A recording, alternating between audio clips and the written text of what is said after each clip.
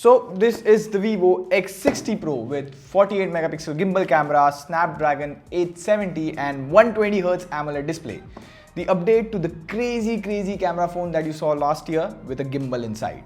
This one has the same exact camera sensor as Vivo X50 Pro, but Vivo claims this is an improved camera gimbal stabilization 2.0 and most importantly partnered with Zeiss. In case you don't know, Carl Zeiss is a lens manufacturing company from Germany. They started off making microscopes to even rifle scopes during the World War, and Zeiss lenses aren't cheap as well.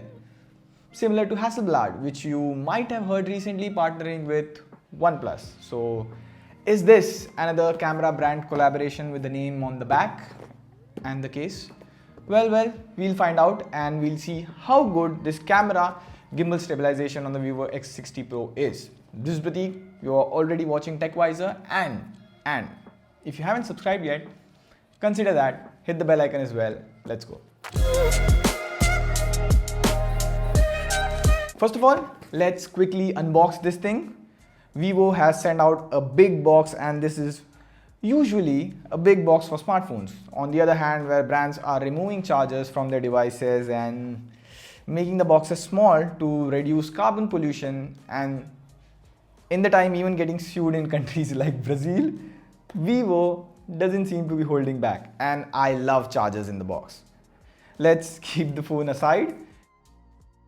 You get a case first up. This is a hard case and different from what you usually get. There's no protection on the sides of the case. You also get a 33-watt fast charger, which they are calling Vivo Flash Charge 2.0. I say it's decent. And you also have an earphone. It's nice to see some extra stuff in the box. The earphones are decently built. Oh, you also get extra ear tips with it. I like the design of the earbuds. They provide some good passive noise cancellation. And you also get a USB-C to headphone dongle because RIP headphone jack. With that out, let's get to the phone. It's a 5G phone, by the way. The edges are curved and the frames are metallic. You can see the antenna bands go outside due to metal. The display on the phone looks, whoa, butter smooth. This is a 120Hz display for sure. I can feel it. And it looks sharp. I would bet this is a QHD display. It looks so sharp, but let me check.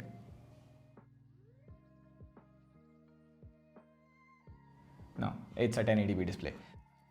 The back of the phone is glass, a gradient one, and it's protected with Corning Gorilla Glass 6. If I just pull up my key, and I'm always terrified doing this to review units, and magic, the scratch just disappears. Nice, it's glass. Now on the front you get Scotch Sensation protection. This is a new name in the industry. I'm using the first phone with Scotch Sensation and the company is really confident about their display protection. They called it the toughest glass and even asked Corning to get some from them. Who doesn't like a bit of competition in the market? Anyways, if I scratch the front display with the key, it doesn't scratch at all. By the way, it comes with a screen protector. I removed it for scratching. The display is a curved display and I have used the Samsung Galaxy Note 9 for a long term and I've never liked curved displays. They do look good when you see it from the top. It's all glass in your hand, but it leads to accidental touches and turning the phone on in your pocket. Vivo has tried to reduce the curve on the side, but it still gets random touches, so they have to disable it in the software. But how about, hey, what if we shoot this video with this phone handheld? What say? So the footage now you see is from the Vivo X60 Pro and that too handheld. So this phone is powered by a Snapdragon 870 and oh my god, Snapdragon is just becoming like some smartphone manufacturers just rebranding stuff. In case you don't know, Qualcomm recently released two Snapdragon chipsets, Snapdragon 860 and Snapdragon 870. The Snapdragon 870 here on the Vivo X60 Pro is a rebranded 865. It has the same exact CPU cores with only the top core slightly boosted, but again, not bad. It's still a flagship level CPU with not so flagship level price. To be precise, it won't cost 60 to 70,000 in India at least. So Call of Duty, Genshin Impact, whatever game you throw at it, it works great. But leave all that aside. We are here for the gimbal camera. Now it's the same 48 megapixel gimbal sensor that you saw on X50 Pro. It moves in 5 axes. So it's not just up and down like normal OIS. It can rotate a bit, pitch and yaw as well. Those are just different camera movement. Now back to Sony. So if I pick up a camera with no OIS like the Mi 10i and I just shake the camera vigorously, so you can see the footage in the phone screen itself is stabilized. It's like the screen has frozen. If you see the exact recorded footage, it is really stabilized, but that's again an easy job for the gimbal camera. So let's now move it outside and put it to extreme test.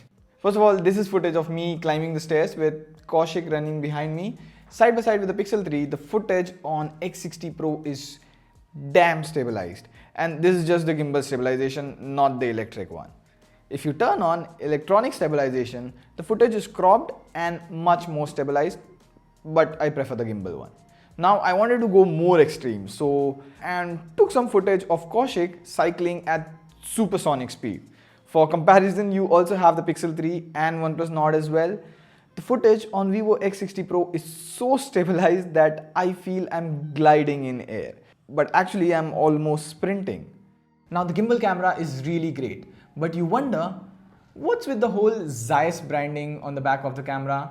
Well, we reached out to Vivo, and as per Vivo, Zeiss as of now is only helping in the image processing and color science. This is a long-term partnership between Vivo and Zeiss. Fair enough, something we haven't heard before. So how much have things improved? Well, we'll have to see it when in future Zeiss does more things to the actual lens, not the color. Now the color in the photos are really good, especially night mode. I tried night mode and the white balance in night mode was really good. It can pull in so much light, plus the night mode processing is very fast due to the gimbal. But the surprise package was moon mode. The moon in real life looked exactly like this, a bit smaller, but this is some crazy handheld photo. With human skin tones, it's okayish, I would say decent. If you compare it with Pixel 3, I found the Pixel 3's skin tones a bit better and realistic. So the stabilization and colors on the Vivo X60 Pro is really great, but they can work on a bit of sharpness and detail in the pictures. So finally, who is this phone for? Well, it's a really good, fast performing phone with Snapdragon 870, 120Hz AMOLED display. So you do get a close to flagship performance with this phenomenal gimbal camera as well. And this should be priced somewhere between 50,000 to 55,000, could be more as well. Now, if you're thinking OnePlus 9 falls in the same price, what about that? Well, then get the OnePlus 9 for yourself. But if you are a camera enthusiast who likes clicking good pictures or even shooting vlog videos with a phone, this is a camera enthusiast phone and you will have fun with it. Something like ROG 5, which is an enthusiast phone for gamers. Not everyone would buy an ROG phone. And I even like that Vivo is experimenting with phone cameras and bringing something no one has ever seen or even tried. And on that note, this was the video. Thumbs up if you liked it. This is Pratik signing off. See you soon.